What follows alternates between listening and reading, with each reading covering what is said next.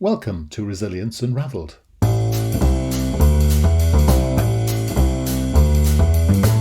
Hi everybody and welcome to Resilience Unravelled, a podcast that examines all aspects of personal and organisational resilience. A huge all-encompassing subject that covers the ability to thrive in life by harnessing your cognitive, emotional, physiological and contextual abilities. I share stories from people who have thrived despite remarkable obstacles, as well as highly successful practitioners and experts across a range of topics.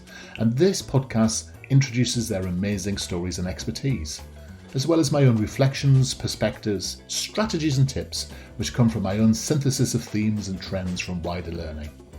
You can go to qedod.com/extras to access offers, tools and resources, including free articles and ebooks. For those of you that would be interested in supporting our work and contributing more proactively, you can find our new Patreon page at patreon.com. Then search for Resilience Space Unravelled. So, let's get started. Enjoy the show. Hi, and welcome back to Resilience Unravelled.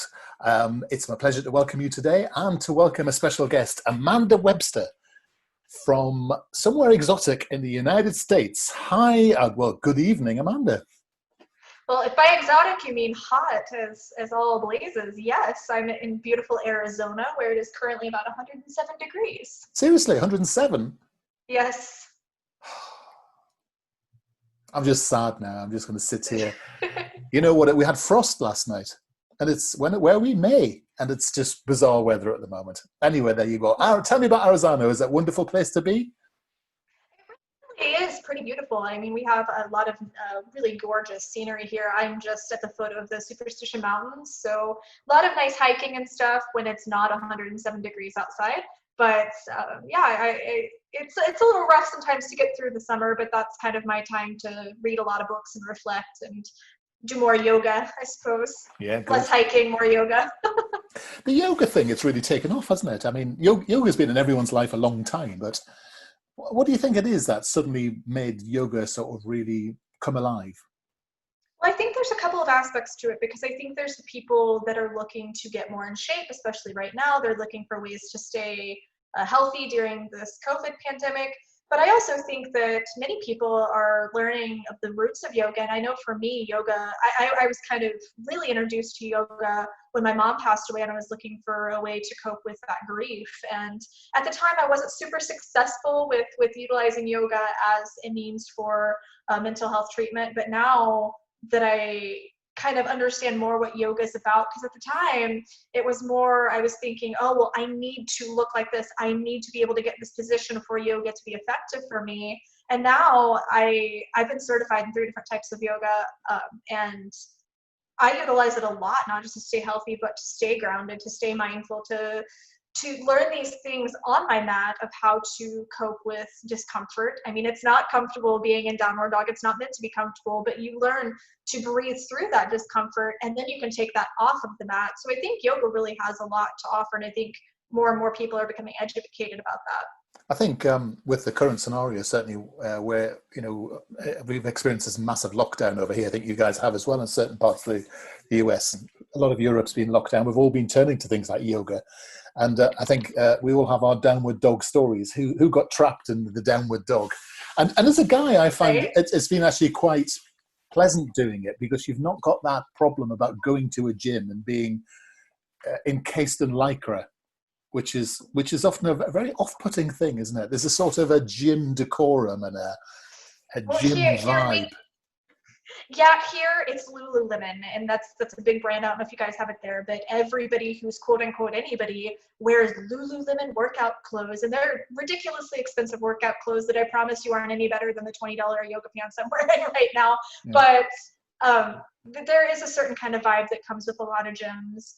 For me, when I do go to the gym, I do think it has its place, and I'm not going to lie, I miss the gym right now. I love just going, putting on my little kitty headphones, and I watch video games in French. I'll watch video game walkthroughs in French because I've been learning French for the past couple of years, and it's a great way to get my language learning in. But I think it has its place as long as you kind of disconnect from that culture, as long as you don't let other people tell you what it is your goals are, what you should look like, or what you should be doing. When I go to the gym, I literally put my headphones on, get on the treadmill, go do my weights, and leave. Like, I don't look at other people. I don't take it as a time to compare myself. Am I running as fast as that person, or do I look like this person? That's not what the gym's for. The gym for me is just kind of a playground that I go to a few times a week when it's available and we're not all in the middle of the global pandemic, Right. to kind of just really run it out.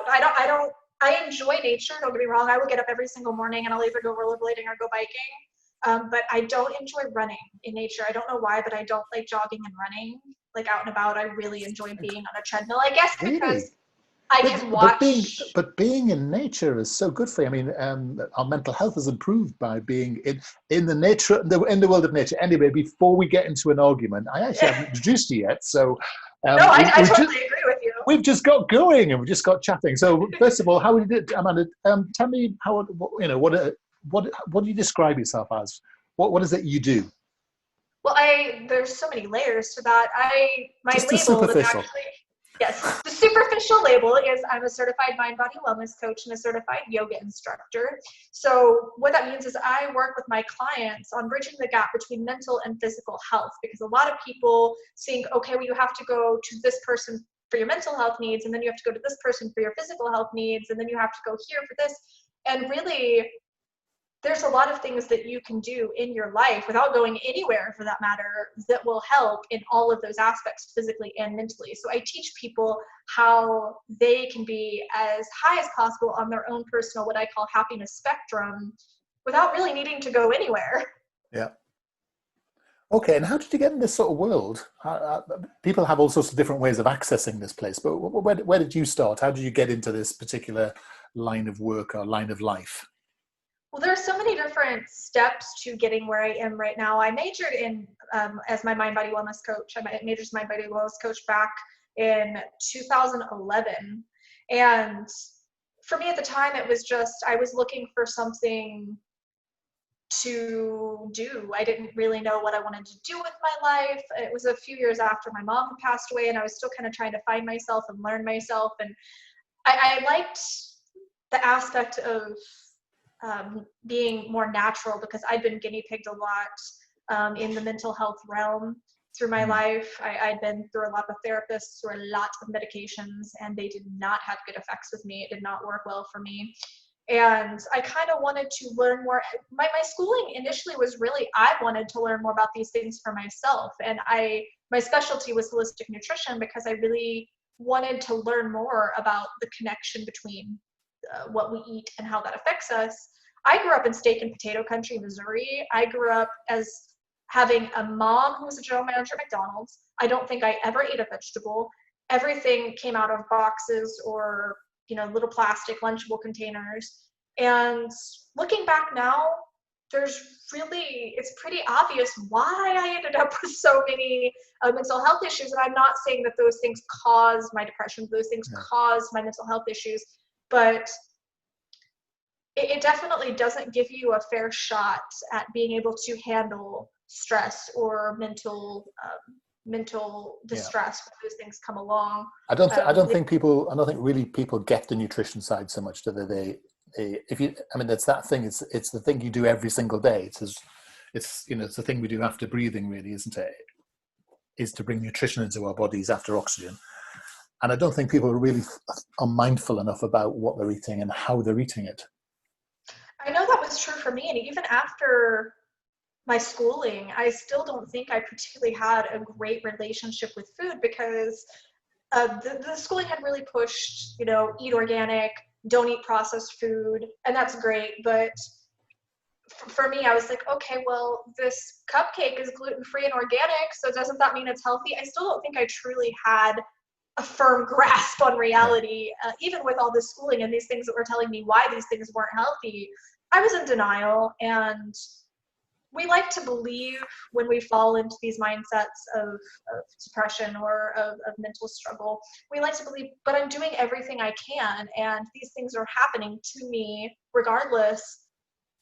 And I can say that 98% of the time that's a lie. I can say that from my personal experience, and that I've seen with a lot of my clients, where so many people will say, well, I'm doing everything I can. I've done everything I can and I still feel depressed. And I encourage them, well, what have you done? Tell me about what we've already tried. And it's usually, well, I went to a therapist. I tried this medication. Yeah. You know, for me, I had done that. I'd taken yoga classes. I'd actually got certified as an instructor. I tried, you know, different ways of eating. I tried the essential oils. I tried the books. But the problem is I'd try one thing and it wouldn't work and I'd quit. And I'd try one thing and it wouldn't work and I'd quit, not realizing that there was a really important balance to these things. Yeah. There's an important balance of what are you putting in your body? How are you treating your body?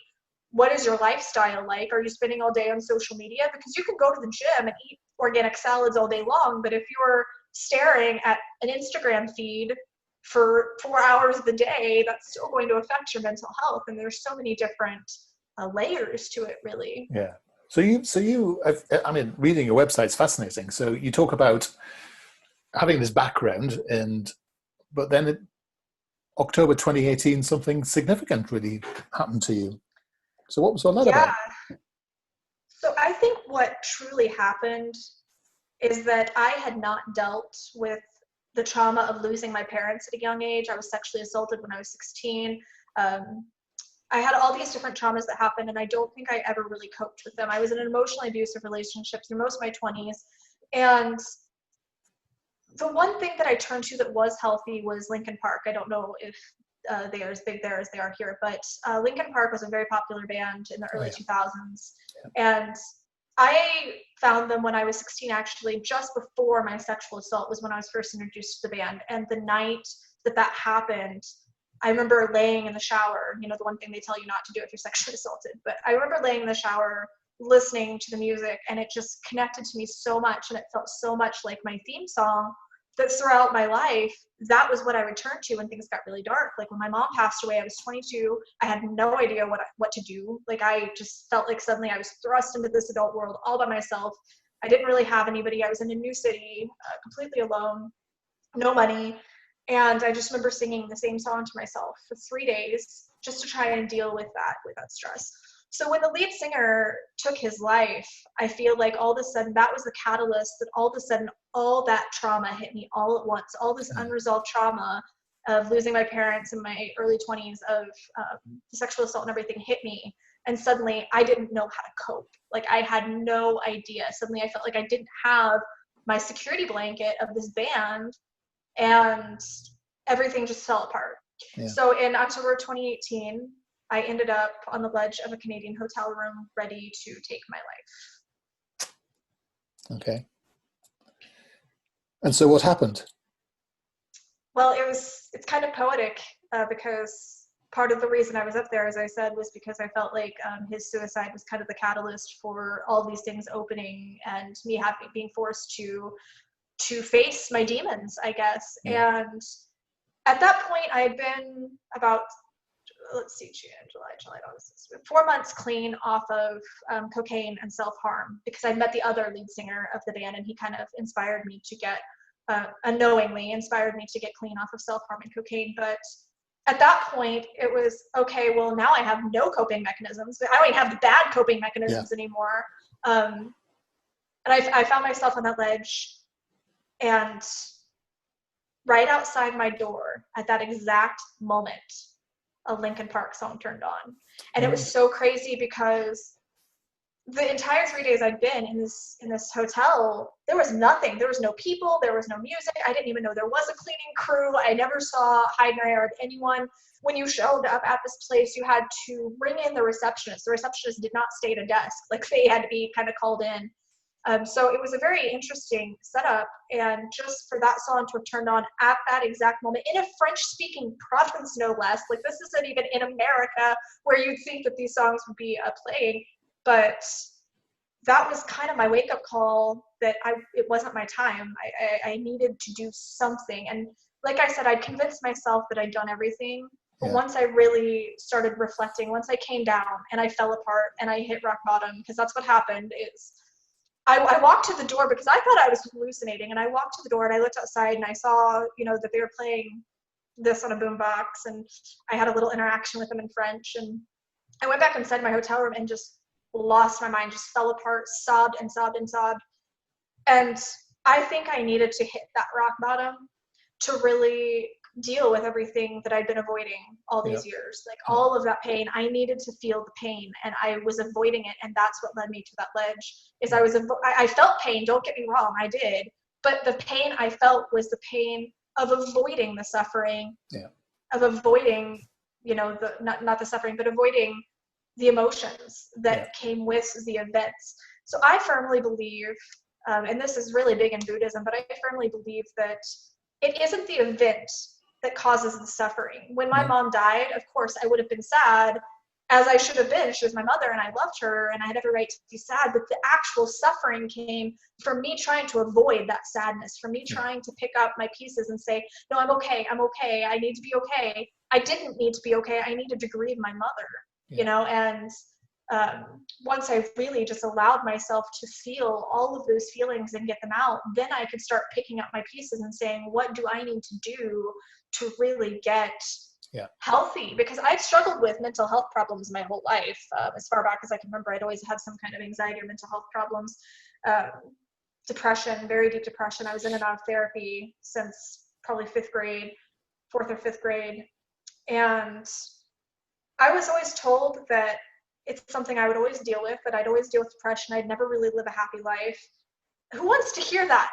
Like, who wants to be told by a professional, you will never be happy. You will never live a happy, fulfilled life. The best you can hope for is to not be in pain, which I mean is great, but it wasn't what I wanted. And when I came back from Canada, which is where this hotel incident took place, when I came back, I went to a mental health professional and I explained what had happened. And I said, look, I am going to heal myself. I'm going to get better. I don't want to feel this pain anymore. I don't want to have this depression anymore. I've had it long enough. This has been decades.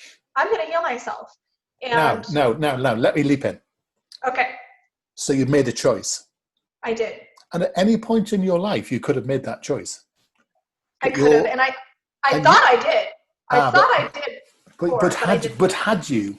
Because actually you're sort of conflating the ideas of pain and grief and choice together. But actually that choice could have been made at any time. Yes. And I think that that's something that I was in denial about. I think a lot of people are in denial about. So do you think you were let down by the mental health practitioners you'd worked with? I think I was let down by every single freaking one of the mental health professionals I worked with. When I was 16, I was told that people like me, they diagnosed me bipolar at the time. They said bipolar people will always make the wrong decisions. Well, that's terrible. I mean, seriously. Right, to tell a 16-year-old child. You shouldn't tell anybody that, ever. No, you really shouldn't.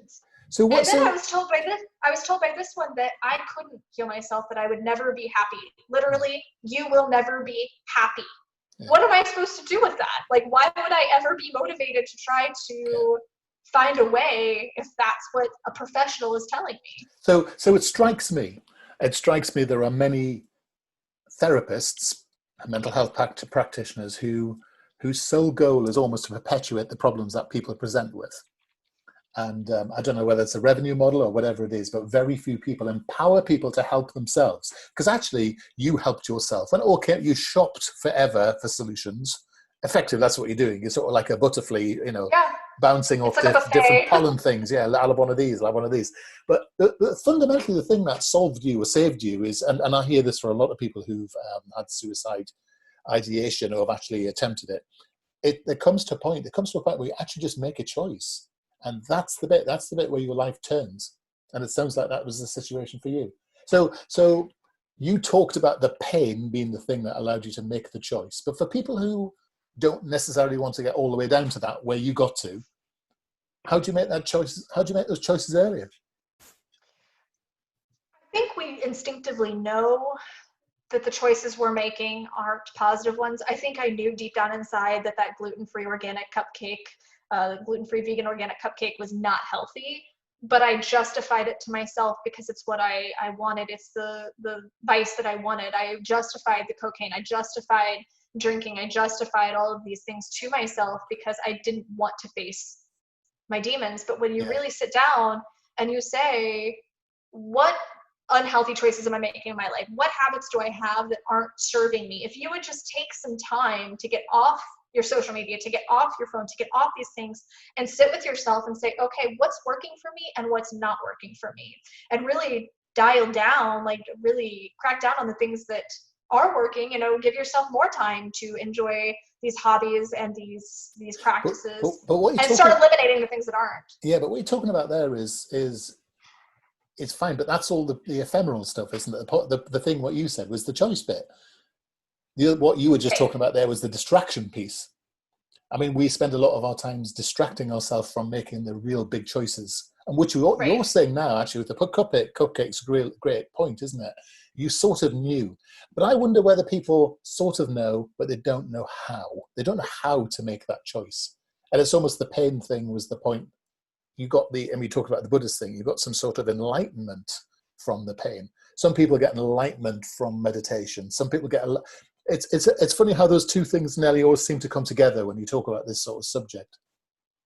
Yeah, it really is. I think there's so much interconnectedness there. And I mean, everybody's point is different. Some people have to hit rock bottom. Some people really just wake up one day and say, I hate this. I don't like my life. If you are waking up in the morning and saying, ugh, another day, that's probably a pretty good indication that something needs to change. Because I so agree. And I think having that sort of audit point in your life is the thing, isn't it? I mean, why don't we just listen to ourselves? Yeah, I think checking in with yourself is the most important thing that you can do. And I still do it, regularly, at least a few times a week. I'll check in and say, okay, what was really working for me this week and what wasn't? And so you actually consciously review now, do you? Well, because you never mentioned that when you were being distracted and pushing things and shopping for excitement. And now you're saying actually that you really consciously check in with yourself. Some people journal, don't they? Some people review, as you say, but you think that's an important part of the process. Yeah, I think that's completely a huge part of the process, if not like the biggest part, really. So you're coaching yourself. Yeah, and that's the biggest misconception people have about coaches, life coaches and whatnot, and the things that I do, is I'm not telling you what you need to do. I'm asking questions and helping you figure it out for yourself, because it's going to be different. Yeah. It's going to be different for every person. And while, I have been developing an online course that kind of walks people through how to make these choices and how they can improve their lives to be happier or higher on that happiness spectrum, it's going to look slightly different for everybody else. I mean, there are the core foundations of, are you taking care of your body? Are you taking care of its needs? But then there's a lot of other things of, how do you know what to eliminate? How do you know what to add? How do you know how to really build a healthy lifestyle? Because so often nowadays, people will either push the fitness aspect, or they'll push the health aspect, the nutrition aspect, or they'll push the medication therapy aspect. And there are so many more aspects to really balancing physical and mental health and a healthy lifestyle than just, are you eating healthy? Are you working out?